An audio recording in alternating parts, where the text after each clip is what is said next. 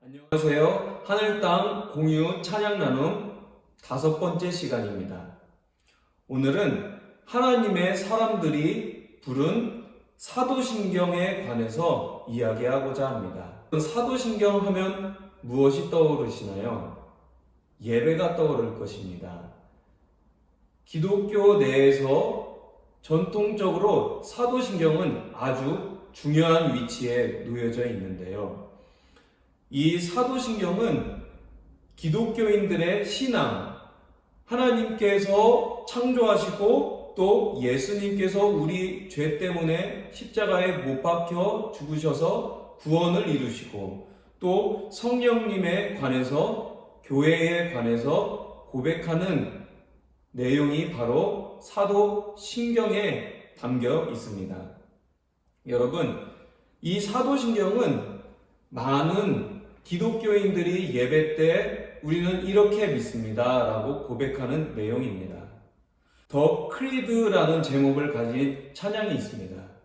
이 찬양의 가사를 보면 사도신경의 그 내용을 고스란히 찬양의 고백으로 곡조 있는 찬양으로 쓴 곡이 This I Believe, 더 크리드라는 찬양입니다. 이 찬양을 우리나라에 번역해서 번안되어서 수록된 앨범이 김명선 1집 앨범의 사도신경이라는 곡으로 번안되어서 수록되어 있습니다. 그런데 오늘 제가 나누고자 하는 찬양은 하나님의 사람들의 사도신경입니다. 이 찬양은 2000년 하나님의 사람들 1집 앨범에 수록된 곡입니다. 여러분, 하나님의 사람들이라는 단체를 아시나요? 이 하나님의 사람들을 이끄는 리더분이 계신데 김응래 선교사님이십니다. 이 김응래 선교사님은 현재 필리핀 바탄 선교사님이신데요.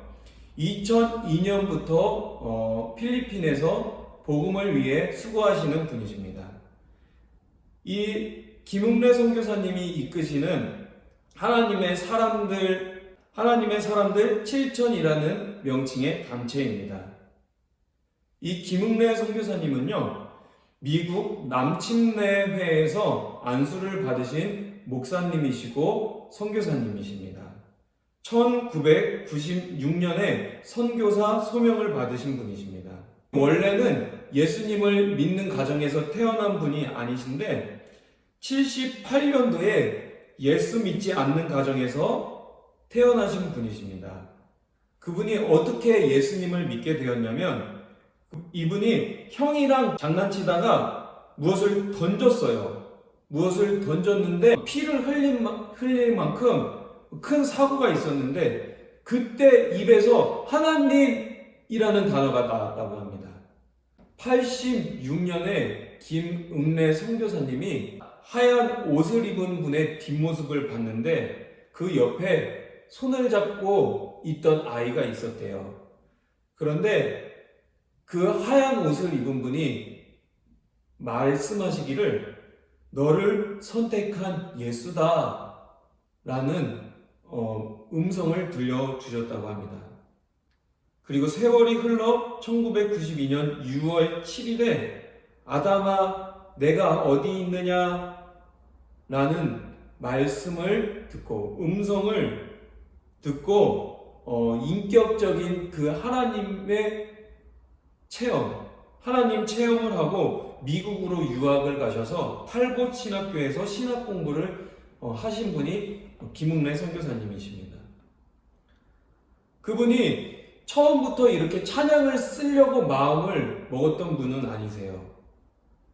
그런데 88년에 요한복음 말씀을 읽다가 감동을 받았다고 합니다. 어떤 감동이었냐면 153곡의 곡을 쓰라라는 감동으로 찬양을 쓰기 시작하셨어요.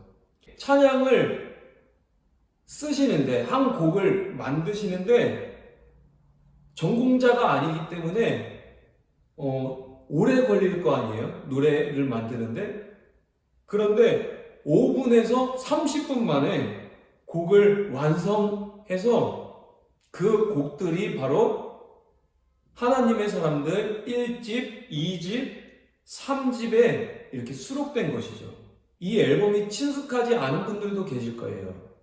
그런데 이 앨범에 참여했던 분들을 보면, 이 앨범을 듣다 보면 익숙한 목소리가 들리는데, 예배 인도자 컨퍼런스에서 믿음의 형제들이여, 그리고 전능하신 나의 주 하나님 인도한 분이시죠.